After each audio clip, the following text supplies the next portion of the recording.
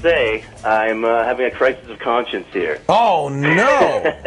A crisis of conscience? Yes. Ever since I was just a wee boy, yes, my dad brought home his 8088. Yes. And I snuck downstairs after he went to sleep to play Bard's Tale and to program my own little Zork-type adventure games in BASIC, and I've been a PC addict ever since. I love it. That's a kind of a classic story, isn't it? I mean, that's how you get started. Yeah. The problem being, I just graduated. Well, that's not a problem, but... Congratulations. Thank you. I have a degree in music, specializing in audio recording. Ah. And Pro Tools is really where it's at. That's what everybody uses. Yeah. Yeah. It's the standard. Although it's I think going to start changing. I think Pro Tools is not kept up with the technology in ways that other companies have, and I think we're starting to see even Apple's own Soundtrack Pro is starting to become a contender in that space. But Pro Tools is what everybody uses. You're absolutely right. The consensus seems to be audio and video. Mac is where it's at. Yep. Oh, so that's for sure. You see my problem. Oh, you're a PC guy dyed in the wool. Yeah. Now, I just got a new laptop. I was debating getting the MacBook. I know you just got a MacBook. I'm a big Twit fan, so I follow that. Here's my baby. Somebody put an Intel guy on my MacBook. Well, and that's the point, isn't it? That the new MacBooks are... Right. Intel. Well, I wanted to ask you about, have you tried Boot Camp? I have. There's two ways. You want to put Windows on your Mac, is what you're saying. Right. There's two ways you can do it. You can do it with Boot Camp, which is free from Apple. Of course, you have to have a copy of Windows. Right. That usually means buy a copy of Windows. So that's way number one. And the advantage of that is it's full-speed Windows. I mean, essentially, this Intel hardware becomes a Windows machine. You boot into it. So you have to exit out of OS X, the Macintosh operating system, and boot into Windows. Yes. Now, the disadvantage of that is you're running one or the other. You're not running the two together. However, I would say it runs pretty well. I'm gonna actually show you another way you can run Windows. I'm running a program called Parallels in here, which you may have also heard of. Yeah, like emulation. Right.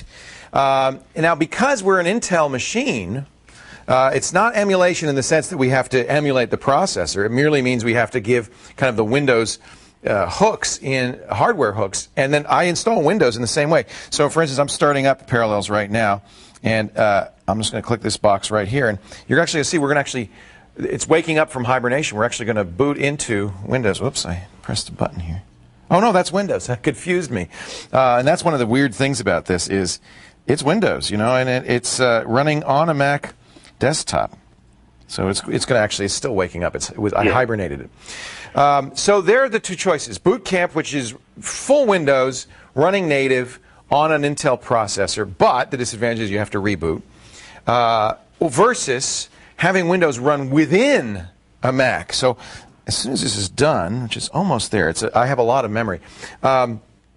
This will then allow me to cut and paste, to move back and forth, to have both operating systems available to me simultaneously.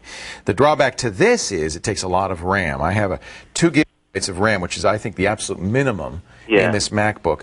And then I allocate 12 megabytes or more to Windows, and that still leaves me enough for the Mac. There, we got Windows running. So let me just, I'm running Firefox here. Let me just close it. That's a Windows desktop, and it runs pretty much full speed. In fact, if you really want to speed it up, you can actually make it full screen. And then this appears to be, let me just make it full screen here. It actually appears to be a Windows machine. If you pull back, you'll see it's running full screen here on the Macintosh. Now, you're not going to use Pro Tools in Windows. You're going to use Pro Tools native. Now that's the key question. Gaming on this particular setup, I think the parallel Boot Camp would probably be better for that. Is not as good because a lot of the cycles are still used by the Macintosh. You need every bit of cycles you can. In fact, the MacBook is not a good gaming platform. You also want to get a Mac that, not a Mini or a MacBook, but a Mac with a dedicated video card, which means right now the MacBook Pro. Right. And probably soon will mean a Tower Mac of some kind. I'm sure they'll do their Intel version. So you're saying I want to preserve my gaming capability. Right. Yeah, I mean, there's no reason why this wouldn't play well. It depends what video cards they put in. Right now, you're talking a Radeon Mobility X1600 in the MacBook Pro, which is not a top of the line. But no laptop plays games very well. What game do you want to play, Aaron? Oh, I'm big on like Half-Life 2, and I might want to play like World of Warcraft or something like that. My advice would, well, World of Warcraft, by the way, runs fine on the Mac native. There's a Mac version of it, so you don't have to worry. Okay. Yeah, and that runs fine. In fact, I've got it on here. So you don't need Windows for that. But you're right. For Half-Life 2, you need Windows. My the truth is, I would just keep your PC if you've got a PC that runs it. Yeah, that's pretty much why I ended up buying the notebook. But, yeah, and use the Mac for Mac-ish stuff. But the advantage of the whole dual boot capability thing. Yeah, well, the advantage of that is that you're not really left out in the cold. If there are a few Windows apps you still need or whatever, but gaming is not top of the line on it. Nope. Yeah. Okay, well, thanks for that. I do have one other follow-up question, if you have time. Sure. I have some old data from my old PC that I hand-built, which was really cool, but I ended up selling that to afford my notebook. It's like a 200-gigabyte SATA hard drive. Yeah. It's internal. Is there any way I can convert that? Like, I know that there are housings, I think. That's what you need. You need an external case with a SATA interface, which they make. Okay. And then you just put that drive in. You know what? That's great. That's great. You now have a 200-gigabyte external drive, which is great for backup. Right. All sorts of stuff. It'll be faster than your MacBook drive. You know what I did with my Mini? I actually boot off an faster external drive because the Mini drive is a laptop drive, and I wanted more speed, and it actually sped the Mini up a lot. Is that actually faster with like USB 2 than it is in the internal drive? I use FireWire, but yeah, it's faster than the internal drive. Yeah. Cool. And that actually is amazing. I boot my Mini from an external drive, and it's faster.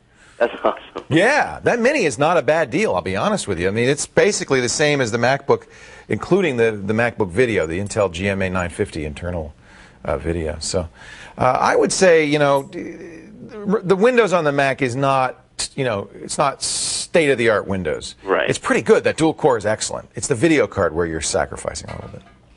But it's certainly good enough for most games. Well, cool. All right, Aaron. Thanks a lot, Leo. Hey, I'm glad you watched.